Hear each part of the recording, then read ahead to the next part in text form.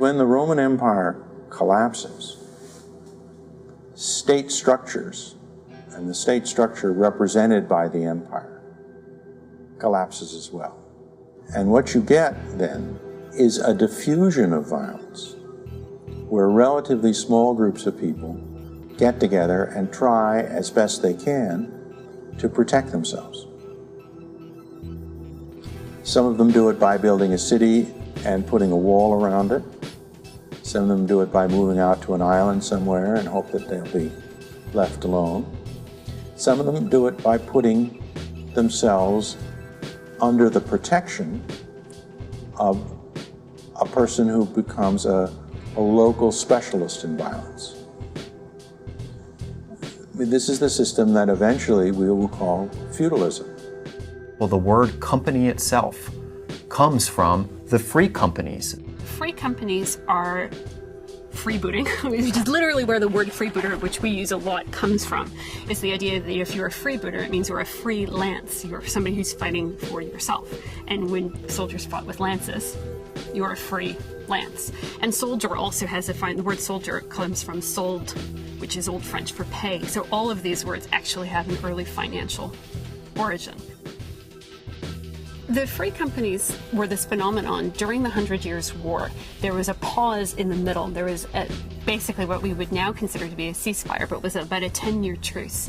And what happened was during the pause in this war, no one had any employment. And so they formed very loose, very individual companies. And they basically went around raping and pillaging, trying to get enough money to survive and also to turn a profit. The very first joint stock enterprise, where you would buy stock in something based upon whether it might profit or not. That first joint stock enterprise was a British invasion of France during the 1300s. That's when we see the rise of the condottieri system, is all of these unemployed soldiers from the 100 Years' War are looking for something to do. Italy is rich. It has lots of quite poorly defended city-states, each of which are rich. And so it's a natural place to go.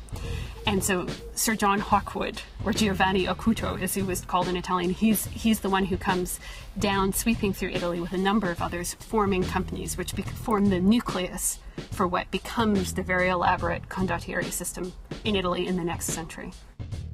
The first contract lawyers came from the period of the condottieri, which was in the 1500s in Italy. These were bands of hired soldiers where literally you had a very detailed contract as to how you would hire them.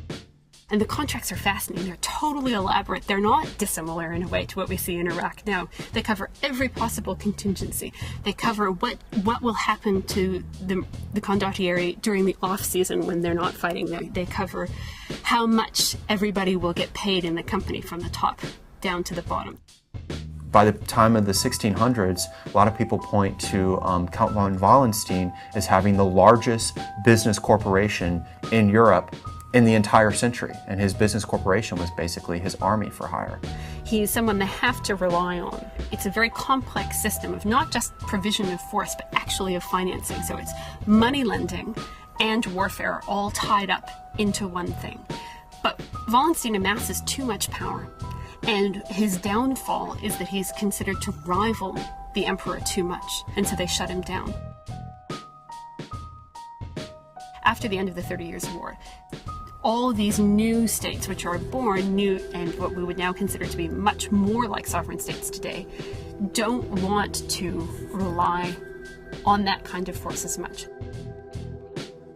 The use of state forces is relatively recent development, only really been around since the rise of nations in the aftermath of the Treaty of Westphalia.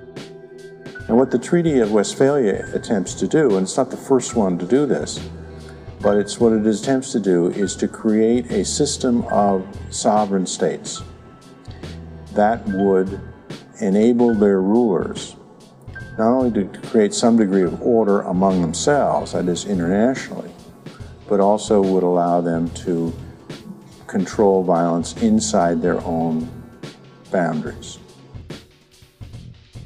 The state controlled the means of violence within its territory. That was what defined sovereignty itself.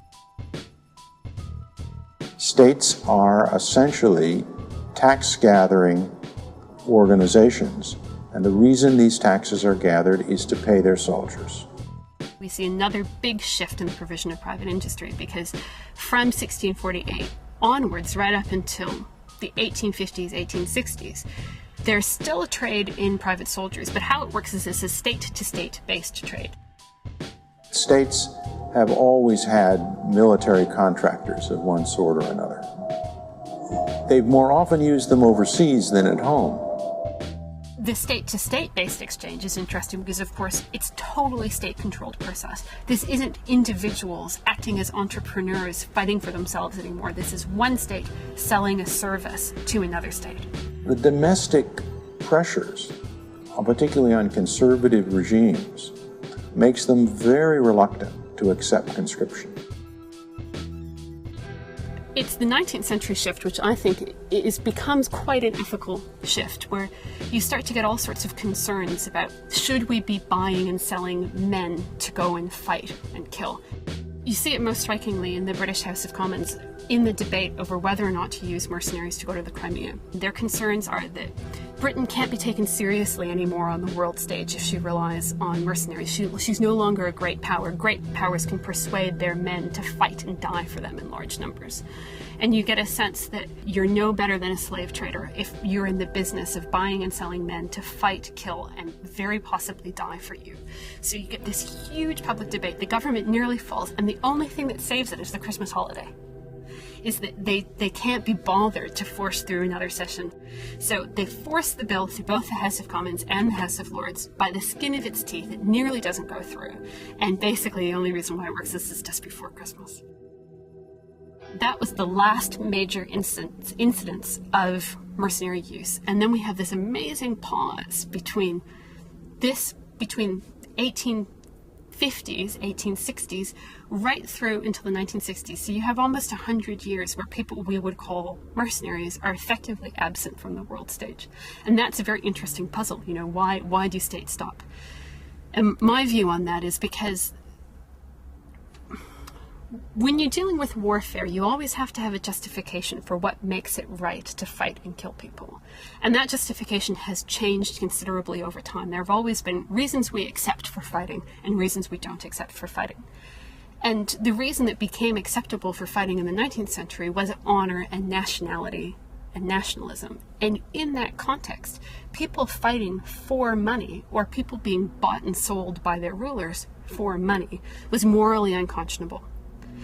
And also probably so weirdly out of kilter with the way everybody else was conducting war that it was a non-option.